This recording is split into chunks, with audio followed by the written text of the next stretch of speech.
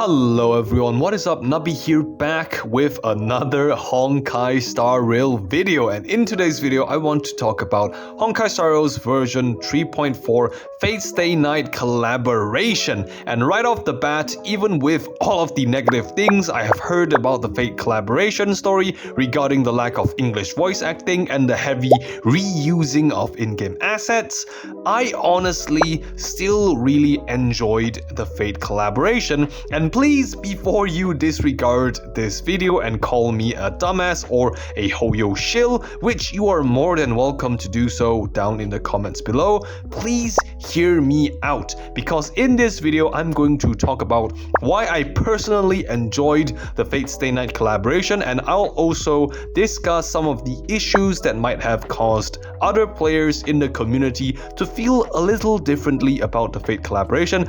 Also, this video will of course contain spoilers for the Fate collaboration story, so with that said, please sit back, relax, and enjoy the video.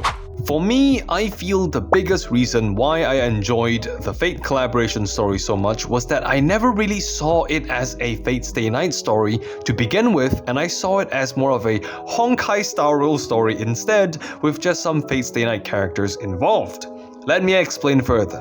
During the start of the Fate collaboration story, where we see Scott, Mr. Oti, and Mr. Reka plotting to use the Holy Grail War for their own benefits and interests, I can already tell that the main focus of the story wasn't Fate Stay Night or the Holy Grail War. The main focus was Penacony, and the Fate Stay Night collab was just a tool to help us learn more about the world of Honkai Star Rail and Penacony through Penacony's historical figures summoned in the Holy Grail War, namely Miss Note and Mr. Grady. Miss Note, her real name being Asna, is the founder of the Iris family and one of the most successful performers in Penacony's history, while Mr. Grady is the legendary inventor of the Dream Bubble technology, as well as a relatively well-known horror movie director in Penacony's history. Both of these legendary figures in Penacony's history died in relative shame, with Miss Note losing the copyrights to all of her songs and even the copyrights to her birth given name, while Mr. Grady, the legendary inventor, died unsuccessfully chasing his dream as a very unpopular horror movie director. Both Miss Note and Mr. Grady had unfulfilled wishes during their lives, and both seek to use the Holy Grail War to potentially fix their failures. And through these characters and this collab, we learn more about Penacony, a literal dream planet where your wildest dreams and desires can be achieved at the risk of losing everything and you potentially dying with nothing but regrets, which this theme around regrets also ties back to Fate Stay Night a little bit, because Saber also has a deep regret in her past life, as even with all of her successes as a king, she too died a tragic death, failing in her mission to bring peace to her kingdom. But what sets each of these legendary figures apart is how each reacted when confronted with their tragedies and regrets. Miss Note wanted to use the Holy Grail War to take back her copyrights so she could erase her existence and therefore erase her regrets from Penacony's history itself, while Mr. Grady, I could be wrong on this one, but he seems to be lashing out at the world in anger for his regrets, playing the angry villain for most part of the story. But Saber, on the other hand, seems more at peace with her past failures, and when given the opportunity to avoid her tragic end by not pulling her legendary sword from stone, she still embraces her fate, because she believes that even if she was destined to fail, her story will still be the spark that inspires future heroes. And you cannot tell me that this isn't a good story, because through this story we learned so much more about Penacony's history, learned more about the characters and NPCs involved in Penacony, discussed a very relatable topic on past failures and regrets, and at least for a little bit we get to hang out with Saber and Archer from Fate Stay Night, and we also get to bully Scott again, which is always a plus. Oh, also, lastly, Misha being one of the Penacony's historical figures summoned in the Holy Grail War, he gets to return to the Express and see Pom Pom again, which if you have already finished Penacony's main questline, you will know that Misha is basically Mikhail, who was the OG trailblazer that Pom Pom wanted us to help find at the beginning of Penacony's story, which my heart was just so full during this scene when Misha was finally able to return to the Express.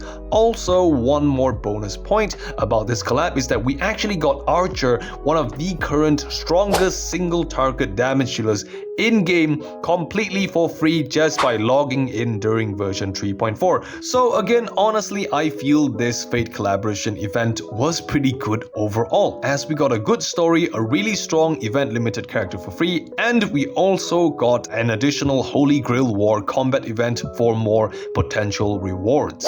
Now that we have talked about the positives and why I really enjoyed the Fate collaboration event, I want to talk about some of the more negative aspects of the Fate collab. As well, I still really enjoyed the Fate collaboration. I cannot deny that there are some negative areas of the collaboration that, while it did not really affect my enjoyment as much, it did ruin the experience for a handful of other people. And in this section of the video, I want to talk about these issues. The first, and what I feel to be the biggest issue for the Fate Stay Night collaboration, is why wasn't more focus placed on the Fate Stay Night characters and the telling of a Fate Stay Night story instead of a Honkai Star Rail story? Because I genuinely believe that you could replace Archer, Saber, and Lancer from the Fate collab story with other historical NPCs from Penacony like Big Brother Hanu, and the story would still progress the same. Like, I believe this is a very solid Honkai Star Rail side story, but this also shows just how little the Fate Stay Night characters impacted the story in their very own collab, with most of the dialogue between Honkai Star Rail characters like Boothill, Adventurine, and Scott. So if you are a big Fate Stay Night fan and you have waited a whole year for this collaboration only to find that the Fate Stay Night characters played such a small and easily replaceable role in the story of their very own collab, like, I'll be angry too. You waited a whole year for a cool Fate Stay Night story only for it to not meet your expectations and for it to be a Honkai Star Rail focused side story. And while I am not that big of a Fate Stay Night fan myself, I know people that are, and I understand why people feel disrespected and disappointed in the Fate collaboration story. Moving on to other issues for the collab, which includes the lack of voice acting and the heavy reusing of in-game assets. As if you have played the collaboration event using English voice acting, you will find that all of the Fate characters just will not have any voice acting at all, as they only have Japanese voice acting available even after taking one whole year to set up this collab. However, even if you switch to Japanese voice acting, for a big chunk of the collab, your characters still won't even have any voice lines, because in the story, they are trapped in a silent horror film where they have to communicate using subtitles. And while this might be a clever way to get around the lack of voice acting through the use of story writing, I feel this also cheapens the Fate collaboration, as the Fate Stay Night characters already don't have that big of an impact in the story, but now you're just taking it further by stealing away their voices. And even for a person that enjoys the collaboration and overall, this just feels bad for any Fate Stay Night fan playing Honkai Star Rail. This, added with the heavy reusing of in-game assets, being the final straw for a lot of people, as with all of the previously mentioned issues, the heavy reusing of in-game assets kind of made it seem like the Star Rail developers did not really put much effort into the Fate collaboration at all, which, in the developers' defense, I cannot say that is completely true, because I feel the developers did a really good job with Archer and Saber's design, animation, and gameplay. But with them basically reusing in-game assets for the whole Fate collab, it's kind of hard to defend their efforts and not call it lazy work. So all in all, even with all of the negative issues, I still really enjoyed the Fate collaboration for what it was. I went into it expecting a Honkai Star Rail story that just happened to feature some Fate Stay Night characters, and in that sense, I think it delivered a good experience. We got some emotional character moments, some interesting lore about Penacony, and even a free 5-star character who is really strong right now in the meta. That said, I completely understand why hardcore Fate fans might have felt disappointed or disrespected if you came into this expecting a full-blown Fate Stay Night story or a big anime crossover event. Then yeah, I can see how this would feel like a huge missed opportunity for Honkai Star Rail. But to call this the worst event ever or the worst collab ever feels a bit unfair, but I do also agree that the Fate Stay Night collab could have and should have been done so much better. Anyways, that is all from me. I hope you all enjoyed the video, and if you did, please leave a like, share, a comment, and subscribe. And as always, if you disagree with anything I have said, feel free to call me a dumbass in the comments below. Thank you so much for watching the video. Nubby out.